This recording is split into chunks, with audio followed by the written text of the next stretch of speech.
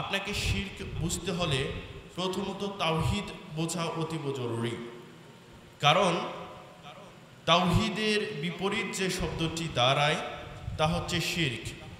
আমরা যদি তাওহীদ সম্পর্কে বুঝতে পারি তাহলে আমরা হয়তো শিরক করব না। কিন্তু অসংখ্য অগণিত মুসলমান রয়েছে যারা না জানা সত্ত্বে, জানতে পারে না অথবা বুঝতে পারে না, সেজন্যই তারা শিরকে লিপ্ত হয়ে থাকে, অথচ তারা জানে না যে এটি একটি শিরক।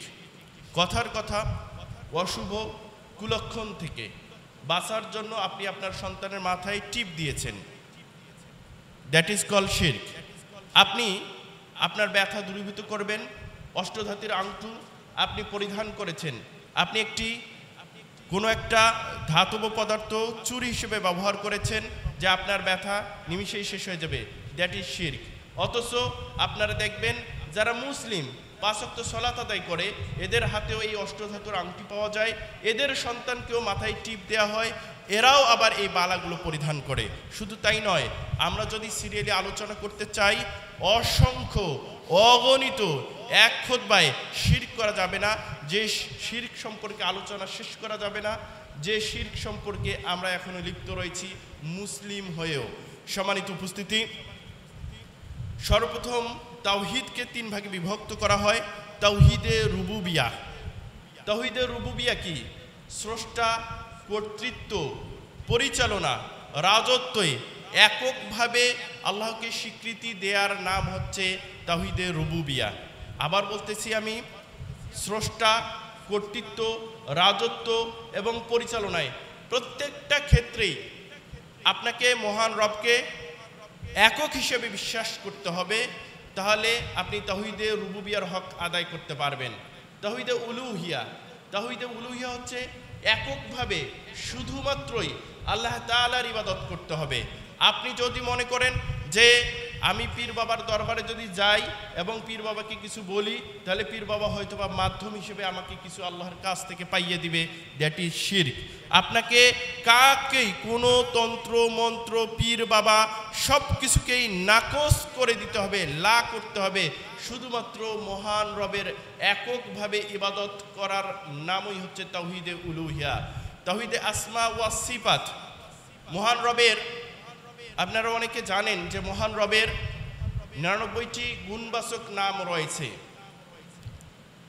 দেখবেন যে যদিও সানদটি দুর্বল রয়েছে, কিন্তু মতন এবং শাহিদ অন্যান্য বর্ণনা পাওয়া যায়, যেই সূত্রে মিশকাতের 2088 নম্বর হাদিসটি সহি, 2288 নম্বর হাদিসটি মতনটি। তো এখানে বলা হচ্ছে যদি ওটা নাও দেখেন, আপনারা যদি 2736 নম্বর হাদিস দেখেন, যে হাদিসটি বুখারীতে রয়েছে, আবু হুরায়রা রাদিয়াল্লাহু আনহু থেকে বর্ণিত, তিনি বলেন, ইন্না লিল্লাহি তাআলা 99 ইসমান মিয়াতান ইল্লা ওয়াহিদান মান আহসাহা দাখালাল জান্নাহ। সুবহানাল্লাহ।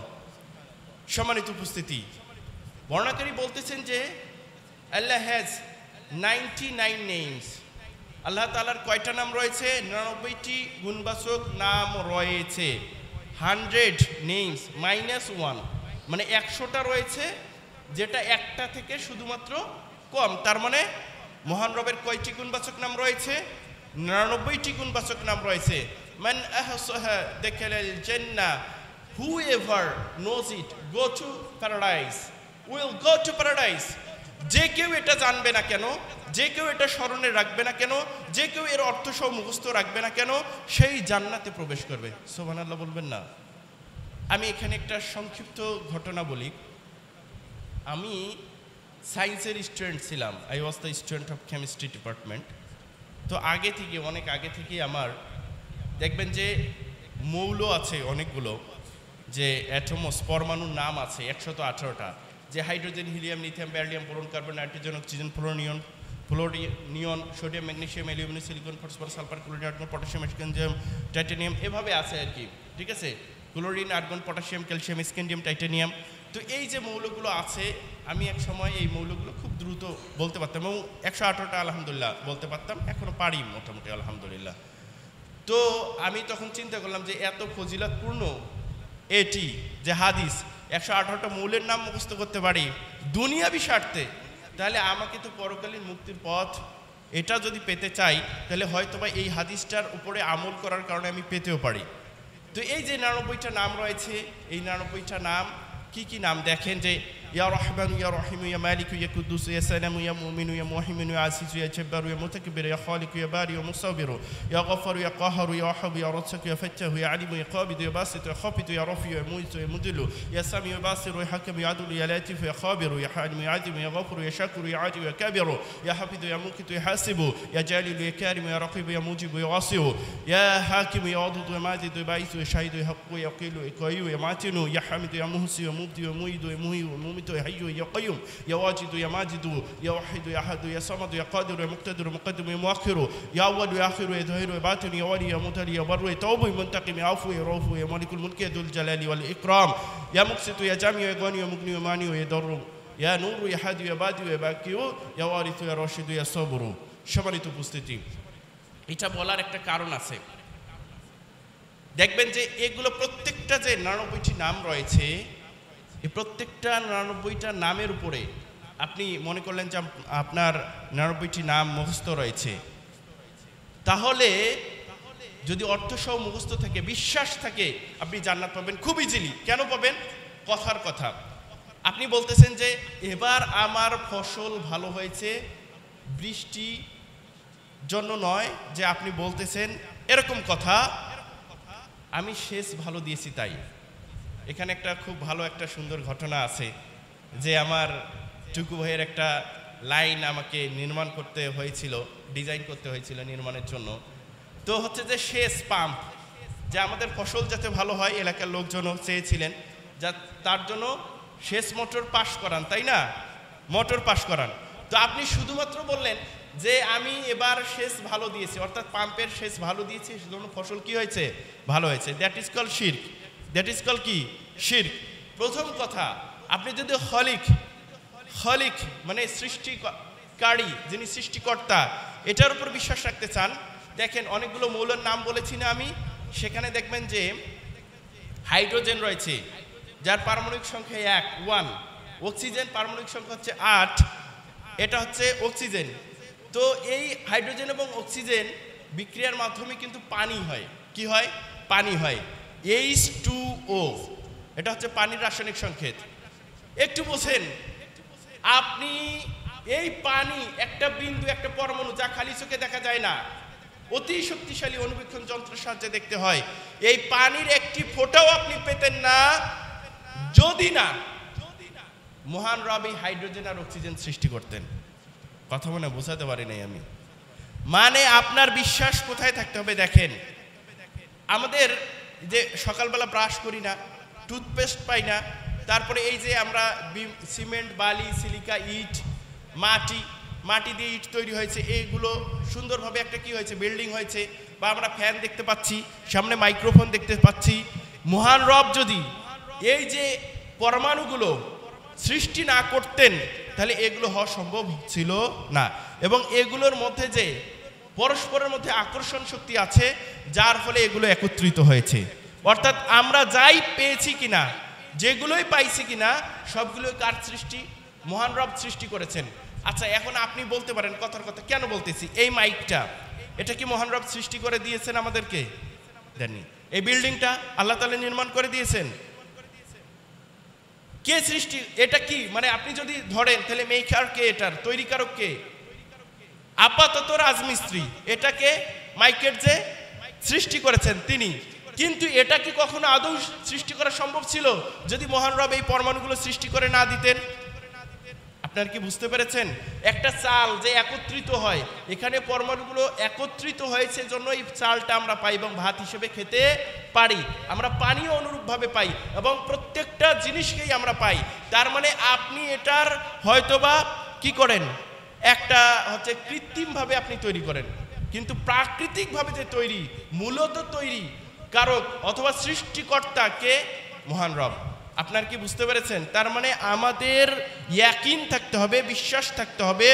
প্রত্যেকটা বিষয়ে, প্রত্যেকটা জিনিস, যখন আমরা সুন্দর জিনিস দেখতে পাচ্ছি, এর মূল তৈরিকারককে মহান রব, সৃষ্টিকর্তাকে মহান রব। কথা আশা করা যায় আপনারা ক্লিয়ার। সম্মানিত উপস্থিতি, শিরক সম্পর্কে আমাদের কেন সতর্ক থাকা উচিত? অতীব জরুরি আমাদের শিরক থেকে মুক্ত থাকা। সহিহ মুসলিমের 93 নম্বর হাদিস, যে হাদিসটি আপনার মিশকাতে পেয়ে যাবেন, মিশকাতুল মাসাবিতে 38 নম্বরে। হাদিসটির বর্ণনাকারী হচ্ছেন জাবের রাদিয়াল্লাহু আনহু। তিনি বলতেছেন যে আল্লাহ রাসূল সাল্লাল্লাহু আলাইহি সাল্লাম বললেন, সেন্তানে মুজিবাতান, দুটি জিনিসের জন্য দুটি জিনিস সাব্যস্ত হয়ে গেছে, চূড়ান্ত হয়ে গেছে, সিদ্ধান্ত স্থিরীকৃত হয়েছে। কয়টা জিনিস? দুটি জিনিসের জন্য দুটি জিনিস সাব্যস্ত হয়েছে। ক্বালা রাসূলুন, একজন ব্যক্তি বললেন যে হে আল্লাহর রাসূল, সে দুটি জিনিস কি? যে দুটি জিনিসের জন্য দুটি জিনিস সাব্যস্ত হয়েছে? আল্লাহ রাসূল সাল্লাল্লাহু আলাইহি সাল্লাম বললেন, মান মাতা ইউশরিক বিল্লাহ দাখালান নার ওয়া মান মাতা লা ইউশরিক বিল্লাহ দাখালাল জান্নাহ। দেখেন, দুটি জিনিস এখানে সাব্যস্ত হয়েছে, দুটি জিনিসের জন্য। একটা হচ্ছে যে ব্যক্তি মারা গেল কিন্তু সে শিরক করেছে। যে ব্যক্তি শিরক করেছে, মারা গেল, কার সাথে শিরক করেছে? আল্লাহ তাআলার সাথে। সে হচ্ছে জাহান্নামী। সে কোথায় প্রবেশ করবে? জাহান্নামে। নাউযুবিল্লাহ বলবেন না? আর যে ব্যক্তি মৃত্যুবরণ করলো কিন্তু সে শিরক করলো না, তাহলে সে হচ্ছে জান্নাতি। তাহলে সে কি? জান্নাতি। সম্মানিত উপস্থিতি, দেখেন 3540 নম্বর হাদিস তিরমিজির, যে হাদিসটি আপনারা পেয়ে যাবেন মিশকাতুল মাসাবিতেও 2336 নম্বরে। আনাস বিন মালিক রাদিয়াল্লাহু আনহু তিনি বলেন, আল্লাহ রাসূল সাল্লাল্লাহু আলাইহি ওয়াসাল্লাম বলেছেন, আল্লাহ রাসূল সাল্লাল্লাহু আলাইহি ওয়াসাল্লাম বলেন, ক্বালা আল্লাহু তাআলা, আল্লাহ তাআলা বলেছেন। যে হাদিসে আল্লাহ তাআলা বলেছেন, এই বাক্যটি, উক্তিটি উল্লেখ থাকে, উক্ত হাদিসটি হচ্ছে হাদিসে কুদসি এবং এটির প্রায়োরিটি অন্যান্য হাদিসের থেকে বেশি। যেহেতু এর কথাগুলো হচ্ছে কি, যে এর সারমর্ম, সারগর্ভ, সারাংশ হচ্ছে আল্লাহ তাআলার কথা, যা কুরআনুল কারীমে নেই, আল্লাহ রাসূল সাল্লাল্লাহু আলাইহি ওয়াসাল্লাম ব্যক্ত করেছেন। মহান রব বলেন, ইয়া ইবনা আদমা ইন্নাকা মা দাউতানি ওয়া রাজাউতানি গফারতু লাকা আতা মা কানা মিনকা ওয়ালা উবালি। হে আদম সন্তান, তুমি যতক্ষণ আমাকে ডাকবে, আমার কাছে ক্ষমার আশা রাখবে, আমি তোমাকে ক্ষমা করে দেব। তোমার অবস্থা যাই হোক না কেন, আমি কারোর পরোয়া করি না। সুবহানাল্লাহ বলবেন না? আমাদের জন্য কি এখানে হতাশার বিষয় নয়, হতাশার বিষয় নয়, বরঞ্চ আপনার যত পাপ থাক না কেন, মহান রব বললেন যে তোমার পাপ যাই হোক না কেন, যদি তুমি আমাকে ডাকো, আমার কাছে ক্ষমার আশা রাখো, তাহলে আমি তোমাকে ক্ষমা করে দেব। তোমার অবস্থা যাই হোক না কেন, আমি কারোর পরোয়া করি না। মহান রব আবার বললেন, ইয়া ইবনা আদমা লাউ বালাগাত যুনুবাকা আনাস সামাই সুম্মা ইস্তাগফারতানি গফারতু লাকা ওয়ালা উবালি। হে আদম সন্তান, তুমি পাপ করেছো, পাপ করেছো, পাপ করতে করতে করতে করতে তোমার পাপ আসমান পর্যন্ত পৌঁছে গেছে, অতঃপর তুমি আমার কাছে ক্ষমা চেয়েছো, আমি তোমাকে ক্ষমা করে দেব, আমি কারোর পরোয়া করি না। সুবহানাল্লাহ বলবেন না? আবার মহান রব বলতেছেন, ইয়া ইবনে আদমা ইন্নাকা লাউ আতাইতানি বিকুরাবিল আরদি খাতায়া সুম্মা লাকিতানি লা তুশরিক বি শাইয়ান লা আতাইতুকা বিকুরাবিহা মাগফিরাহ। মহান রব বললেন যে হে আদম সন্তান, তুমি যদি পাপ করো, পাপ করতে করতে করতে করতে তোমার পাপ যদি পৃথিবীর সমপরিমাণ হয়ে যায়, অতঃপর তুমি আমার নিকটে আসো, সেই পাপের মধ্যে যদি শিরকের পাপ না থাকে, তুমি যদি আমার সাথে শিরক না করো, তাহলে আমি তোমার নিকটে পৃথিবীর সমপরিমাণ ক্ষমা নিয়ে উপস্থিত হব। কথাটা কি বুঝতে পারছেন আপনারা? আপনি যাই পাপ করেন না কেন, আপনাকে ক্ষমা করে দিবেন মহান রব। কিন্তু কোন পাপটা ক্ষমা করবেন না? যদি আপনার ওই পাপের মধ্যে শিরকের পাপ থাকে, তাহলে মহান রব আপনাকে ক্ষমা করবেন না। সম্মানিত উপস্থিতি, তার মানে শিরক থেকে আমাদের বিরত থাকা অতীব জরুরি একটি বিষয়। সম্মানিত উপস্থিতি, আব্দুল্লাহ ইবনে মাসউদ রাদিয়াল্লাহু আনহু থেকে বর্ণিত যে হাদিসটি আপনারা পেয়ে যাবেন বুখারীতে, সহিহুল বুখারীতে এই সহিহুল বুখারীর মধ্যে রয়েছে 6861 নম্বরে, সহিহুল মুসলিমে রয়েছে 86 নম্বরে, যে হাদিসটি নাসাইতে রয়েছে 4013 নম্বরে, উক্ত হাদিসটি আবু দাউদে রয়েছে 2310 নম্বরে, তিরমিজিতে রয়েছে 3182 নম্বরে, ইরওয়াতে রয়েছে 2337 নম্বরে। সম্মানিত উপস্থিতি, সৈয়দ তারগিব ওয়াত তারহিবে রয়েছে 2403 নম্বরে এবং মিশকাতুল মাসাবিতে রয়েছে 49 নম্বরে। এই হাদিসের মধ্যে আব্দুল ইবনে মাসউদ রাদিয়াল্লাহু আনহু তিনি বলতেছেন যে সাহাবায়ে কেরাম কে আল্লাহর রাসূল সাল্লাল্লাহু আলাইহি ওয়াসাল্লামকে সাহাবায়ে কেরাম জিজ্ঞাসা করলেন যে হে আল্লাহর রাসূল, ইয়া রাসূলুল্লাহ, আইয়ু যানবি আকবার ইনদাল্লাহ, যে সবথেকে what is the greatest sins in Allah sight, আল্লাহর নিকটে সবথেকে বড় গুনাহ কোনটি? কে জিজ্ঞাসা করলেন? সাহাবায়ে কেরাম জিজ্ঞাসা করলেন আল্লাহ রাসূল সাল্লাল্লাহু আলাইহি ওয়াসাল্লাম কে, আল্লাহ রাসূল সাল্লাল্লাহু আলাইহি ওয়াসাল্লাম, আল্লাহর নিকটে সবথেকে বড় গুনাহ কোনটি? তখন আল্লাহ রাসূল সাল্লাল্লাহু আলাইহি ওয়াসাল্লাম বললেন যে আনতা লিল্লাহি নিদান ওয়া হুয়া খালাকাক, ইউ শুড ট্রিট এনিথিং, তুমি যে কোনো কিছু সাব্যস্ত করলে আল্লাহর সাথে অ্যাজ ইকুয়াল, সমান, কি যে আল্লাহর সমকক্ষ কাউকে তুমি সাব্যস্ত করলে when he has created you, অথচ তিনি তোমাকে সৃষ্টি করেছেন, মহান রব আপনাকে আমাকে সৃষ্টি করেছেন, এই স্রষ্টা ব্যতি রেখে অন্য কাউকে যদি আমরা তার সমকক্ষ সাব্যস্ত করি, এটি হচ্ছে সব থেকে বড় শিরক। এই হাদিসের মধ্যে আরও দুটি ঘটনা পরবর্তীতে আছে, যেহেতু সময়ের স্বল্পতা আমি আমার যে মূল আলোচনা সেদিকে হয়তো যেতে পারবো না, তাই আমি শিরক নিয়েই শুধু বললাম সব থেকে বড় গুনাহ এইটা কোনটা? আল্লাহর সমকক্ষ কাউকে সাব্যস্ত করা। সম্মানিত উপস্থিতি, সূরা ফুরকানের 68 নম্বর আয়াতে মহান রব বলেন والذين لا يدعون مع الله إلها آخر ولا يقتلون النفس التي حرم الله إلا بالحق ولا يزنون ومن يفعل ذلك يلقى أثاما, যে যারা আল্লাহর সাথে অন্য কাউকে ডাকে না, আহ্বান করে না এবং অন্য কাউকে অন্যায়ভাবে শরীয়ত সম্মত কারণ ছাড়া হত্যা করে না, জেনায় লিপ্ত হয় না, তার জন্য ক্ষমা রয়েছে। কিন্তু যে ব্যক্তি এটা করবে তাহলে তার পাপকে দ্বিগুণ করা হবে। পরে আবার বলা হয়েছে সে জাহান্নামে থাকবে এবং চিরস্থায়ীভাবে জাহান্নামে থাকবে। সম্মানিত উপস্থিতি, আপনারা যদি দেখেন মিশকাতুল মাসাবির 50 নম্বর হাদিস, যে হাদিসটি সহিহুল বুখারীতে 6675 নম্বরে রয়েছে, উক্ত হাদিসটি নাসাইতে 4011 নম্বরে রয়েছে এবং তিরমিজিতে 3021 নম্বরে রয়েছে। এই হাদিসের মধ্যে হাদিসটি আব্দুল্লাহ ইবনে আমর রাদিয়াল্লাহু আনহু থেকে বর্ণিত। আল্লাহ রাসূল সাল্লাল্লাহু আলাইহি সাল্লাম বলেন ক্বালাল কাবাইরুল ইশরাক বিল্লাহ ওয়া উকুল ওয়ালিদাইন ওয়া কতলুন নাফসি ওয়াল ইয়ামিনুল গুমুস ওয়া ফি রিওয়ায়াতি ওয়া শাহাদাতুয যুর বাদালুল ইয়ামিনুল গুমুস। সম্মানিত উপস্থিতি, আব্দুল্লাহ ইবনে আমর রাদিয়াল্লাহু আনহু থেকে বর্ণিত, তিনি বলেন আল্লাহ রাসূল সাল্লাল্লাহু আলাইহি সাল্লাম বলেছেন সবথেকে বড় গুনাহ ক্বালাল কাবাইরুল ইশরাক বিল্লাহ, দ্য মেজর সিনস, সবথেকে বড় যেটা পাপ তা হচ্ছে আল্লাহর সাথে শিরক স্থাপন করা, শরীক করা কোনো কিছুকে। তারপরের যে বড় গুনাহ তা হচ্ছে পিতামাতার অবাধ্য হওয়া। আমাদের গ্রামে মনে হয় কম আছে না পিতামাতার অবাধ্য, পিতামাতাকে মারে পেটে, অসংখ্য অগণিত ঘটনা পেপার পত্রিকায় আসে। সম্মানিত উপস্থিতি, তারপরের যে পাপটা যে মানুষকে শরীয়ত সম্মত কারণ ছাড়া হত্যা করে, তারপরের যে মিথ্যা কসম করা।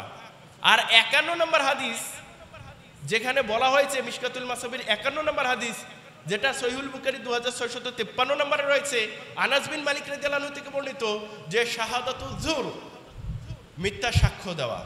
আপনার এলাকায় হয়তো বা নাই, আলহামদুলিল্লাহ, আমি জানি না, মিথ্যা সাক্ষ্য দেওয়া লোক নাই, কেস করে আসছে এবং এমন একজনকে সাক্ষী বানিয়েছে। সাক্ষী কাকে বানায়?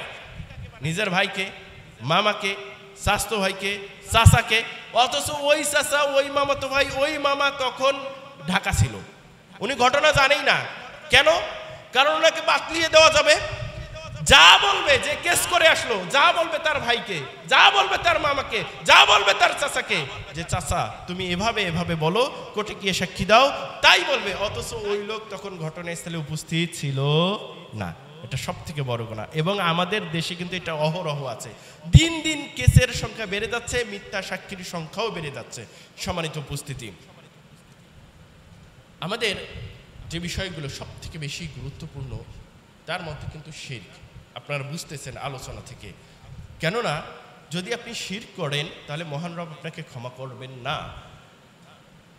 7টা বিধ্বংসকারী জিনিস আছে, যে জিনিসগুলো থেকে আল্লাহ রাসূল সাল্লাল্লাহু আলাইহি সাল্লাম বিরত থাকতে বললেন।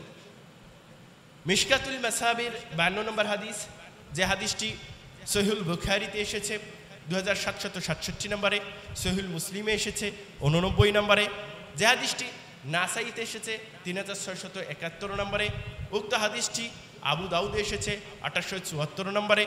সম্মানিত উপস্থিতি, এই হাদিসের মধ্যে আল্লাহ রাসূল সাল্লাল্লাহু আলাইহি সাল্লাম বলেন যে ইজতানিবুস সাবাল মুবিকাত, তোমরা 7টা বিধ্বংসকারী জিনিস থেকে নিজেদেরকে বিরত রাখো।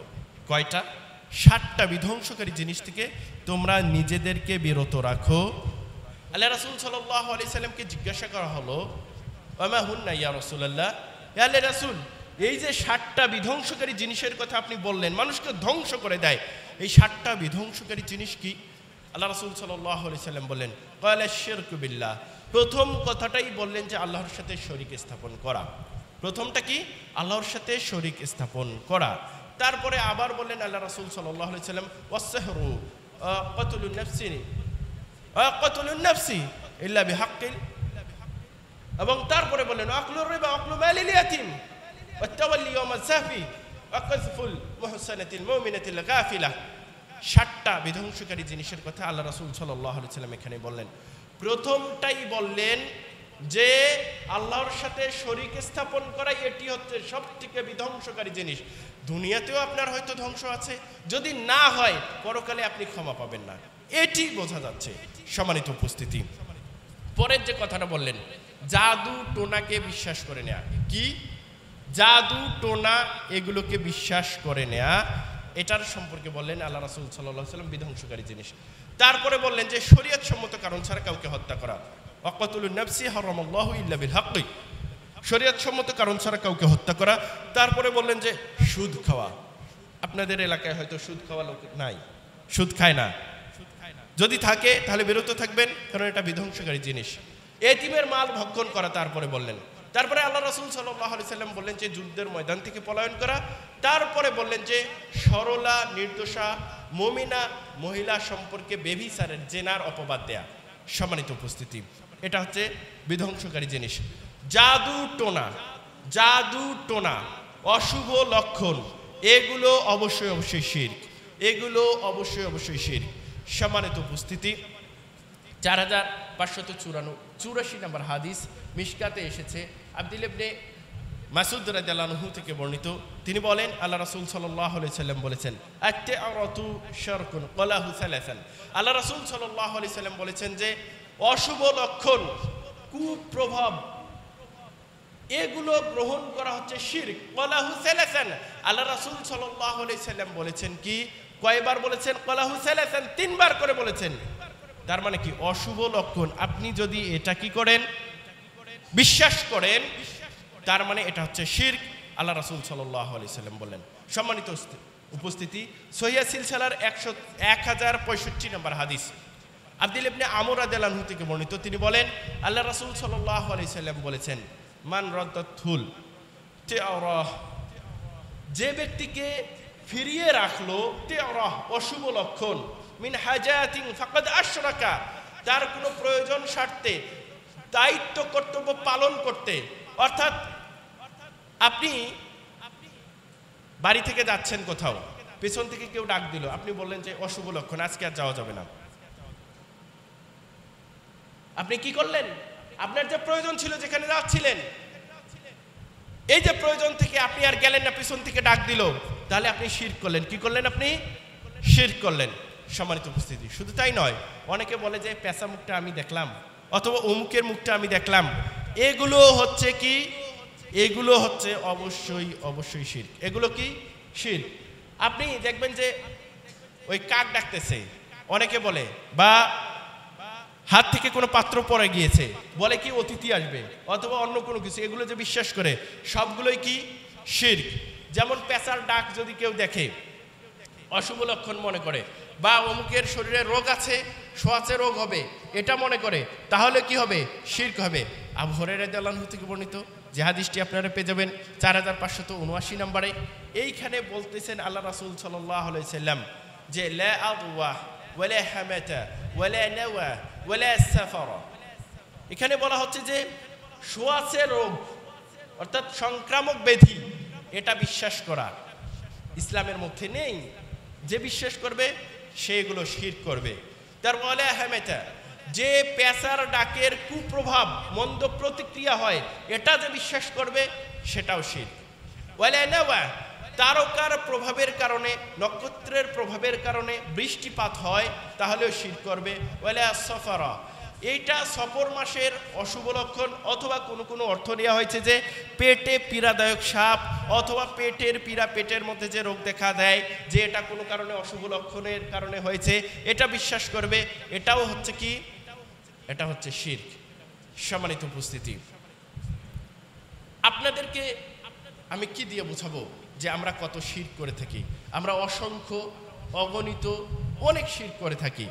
সবথেকে বড় শিরক যেটা জানেন, যে আপনি সালাত আদায় করতেছেন, পিছন থেকে মনে হচ্ছে আমাকে কেউ দেখতেছে, আপনি সুন্দর করে সালাত আদায় করতেছেন, তাহলে দেখ সেটা হবে আপনার জন্য শিরক।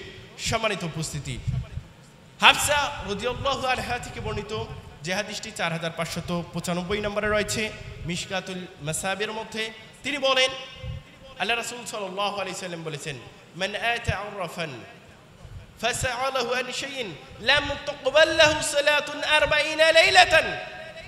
যদি কেউ আরাফান, জ্যোতিষীর কাছে আসে, ফাসআলাহু আনহু, তাকে কোনো কিছু জিজ্ঞাসা করে, লাম তুকবাল লাহু সালাতুন 40 লাইলাতান, তাহলে তার 40 রাতের ইবাদত কবুল হবে না। নাউযুবিল্লাহ বলবেন না। জ্যোতিষীর কাছে এসেছে, আর জ্যোতিষীর কাছে আমাদের কাছে যায় পুরুষদের চাইতে মহিলারা অনেক বেশি। আজকেই মহিলার একটা কানের দুল হারাক, আজকে একটা সন্তান হারাক, আজকে আপনার বাড়ি থেকে কোনো টাকা পয়সা হারাক, দেখবেন ওই মহিলা আগে ছুটেছে কোনো কবিরাজের কাছে। কার কাছে ছুটেছে? কবিরাজের কাছে। আচ্ছা, কথার কথা, আপনি কবিরাজ বাড়িতে নিয়ে আসছেন, আপনার হাত দেখালেন, যদি বলে যে আপনার কুলক্ষণ আছে সামনের মাসে, আপনি আমাকে এত টাকা দেন, এই ভাড়াটা কাটিয়ে দেই, আপনি ঠাস করে 2টা চর মারবেন। কয়টা চর? 2টা চর। কেন মারবেন? কেন মারবেন? এটার উত্তর হচ্ছে, ওই যে জ্যোতিষী, ওই যে কবিরাজ, ওই যে গণক আপনার বাড়িতে আসলো, আপনাকে বলতেছে আপনার কুলক্ষণ আছে, আমি এটা কাটিয়ে দিতে পারবো। ওই যখন আপনার বাড়িতে আসছে, ওই কি জানে না যে ওর আজকে কুলক্ষণ আছে, 2টা চর খাবে? তার মানে নিজেরটাই ওই জানে না। কথা মনে বুঝাইতে পারি নাই আমি।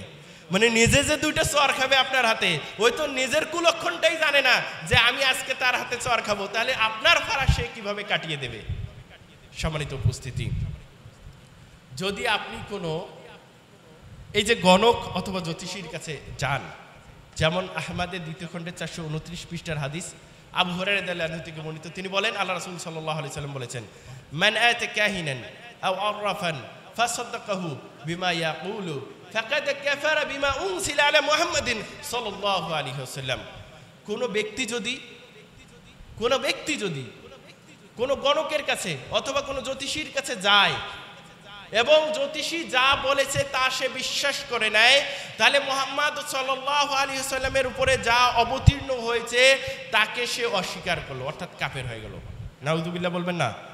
সম্মানিত উপস্থিতি, আপনাদেরকে আমি বলতে চাই, শিরক থেকে আমাদেরকে মুক্ত থাকতে হবে। তার অন্যতম কারণ সূরা মাইদার 72 নম্বর আয়াতে মহান রব বলেন, ইন্নাহু মান ইউশরিক বিল্লাহি ফাকাদ হারামাল্লাহু আলাইহিল জান্নাহ। যে ব্যক্তি আল্লাহর সাথে শিরক করে, আল্লাহ তাআলা তার জন্য জান্নাতকে হারাম করেছেন। কি করেছেন? জান্নাতকে হারাম করেছেন। ওয়া হুন্নার ওয়া মা লিয-যালিমিন মিন আনসার, এবং তার বাসস্থান হচ্ছে জাহান্নাম। আর অত্যাচারীদের জন্য কোনো সাহায্যকারী নেই। যেমন শিরক হচ্ছে অত্যাচার করা, আপনি অত্যাচারী শিরক করলে, যেমন সূরা লুকমানের 13 নম্বর আয়াতে আল্লাহ তাআলা বলেছেন লুকমান আলাইহিস সালাম তার যে সন্তান রয়েছে তিনি তাকে উপদেশ দিয়ে বলতেছেন, ওয়াইদা ক্বালা লুকমানু লিইবনিহি ওয়া হুয়া ইয়াইযুহু ইয়া বুনাইয়া লা তুশরিক বিল্লাহি ইন্নাশ শিরকা লাযুলমুন আযীম। হে প্রিয় বৎস, তার প্রিয় বৎসকে তিনি উপদেশ স্বরূপ নাসিহা স্বরূপ বলতেছেন, হে প্রিয় বৎস তুমি আল্লাহর সাথে শিরক স্থাপন করো না, কারণ কি তা হচ্ছে বড় দুল। আবার বললেন সূরা আনামের 88 নম্বর আয়াতে মহান রব বলেছেন যে ওয়ালাউ আশরাকু লাহাবিতা আনহুম মা কানু ইয়ামালুন, যদি তারা শিরক স্থাপন করে তাহলে তাদের আমল সমূহকে বিনষ্ট করে দেওয়া হবে। সূরা জুমারের 65 নম্বর আয়াতে মহান রব বলতেছেন যে ওয়ালাকাদ উহিয়া ইলাইকা ওয়া ইলাল্লাযীনা মিন ক্বাবলিকা লাইন আশরাকতা লা ইয়াহবাতান্না আমালুকা ওয়া লা তাকুনান্না মিনাল খাসিরিন। যে তার প্রতি, তোমার প্রতি এবং তোমার পূর্ববর্তী যারা নবী ছিল তাদের প্রতি ওহী করা হয়েছে, যদি শিরক স্থাপন করো তাহলে আমল সমূহকে বিনষ্ট করে দেওয়া হবে এবং ক্ষতিগ্রস্তের অন্তর্ভুক্ত হয়ে যাবে। সম্মানিত উপস্থিতি, আল্লাহ তাআলা শিরক ছাড়া অন্য যে কোনো গুনাহ ক্ষমা করে দিতে পারেন। সূরা নিসার 48 নম্বর আয়াতে মহান রব বলেন যে ইন্নাল্লাহা লা ইয়াগফিরু আইয়ুশরাকা বিহি ওয়া ইয়াগফিরু মা দুনা যালিকা লিমান ইয়াশা, যে আল্লাহ তাআলা শিরক ছাড়া অন্য যে কোনো গুনাহ, ছোট গুনাহ ক্ষমা করে দিতে পারেন, কিন্তু শিরকের গুনাহ মহান রব ক্ষমা করবেন না। সম্মানিত উপস্থিতি, এই সংক্রান্ত আলোচনা হয়তো দীর্ঘ। আপনাদের সম্মানিত খতিব সাহেব গয়নাকুড়ি, উনি আমার অনেক পূর্ব পরিচিত, মাশাআল্লাহ, উনি আমাকে অনেক স্নেহ করেন। তো হচ্ছে যে সময়ের স্বল্পতা রয়েছে, যেহেতু সম্পূর্ণ বক্তব্য শেষ করা সম্ভব নয়। আপনার ইউটিউব, অনলাইন অনেক জায়গায় এগুলো পেয়ে যাবেন যে আসলে লেকচারগুলো কি। তবে মূল কথা হচ্ছে যে খতিব সাহেবরা মাঝে মাঝে বক্তব্য দিয়ে আপনাদেরকে স্মরণ করিয়ে দেন যে এটা শিরক, ওটা শিরক, আপনারা এগুলো থেকে বিরত থাকুন। আর একটা কথা, চরম সত্য কথা, এই কথাটাকে আপনাকে মেনে নিতে হবে যে আমি যদি সালাত আদায় না করি তাহলে কি হবে? মান তারাকাস সালাহ ফাকাদ আশরাকা, যে ব্যক্তি সালাত ছেড়ে দিল সে শিরক করলো। অতএব আপনি আজকে যদি আসরের নামাজ না পড়েন, আমি মনে করব যে আপনি এই পাপের সঙ্গে জড়িত, কারণ আল্লাহ রাসূল সাল্লাল্লাহু আলাইহি সাল্লাম বলেছেন, এবং এই পাপ করলে আপনি আল্লাহ তাআলার ক্ষমা পাবেন না। অতএব আপনি আজকে সিদ্ধান্ত নেবেন সালাত আদায় করবেন। আমার এক কলিগ, তিনি অ্যাক্সিডেন্ট করেছেন, কুড়িলালে চাকরি করেন, তিনি রবিউল ভাই, আল্লাহ তাআলার কাছে ওনার সুস্থতা কামনা করছি। উনি অ্যাক্সিডেন্ট করেছেন বৈদ্যুতিক লাইনে গ্রিডে কাজ করার সময়। সবাই বলে আল্লাহুম্মা আমিন। সুবহানাকাল্লাহুম্মা ওয়া বিহামদিক আশহাদু আল্লা ইলাহা ইল্লা আনতা আস্তাগফিরুকা ওয়া আতুবু ইলাইক।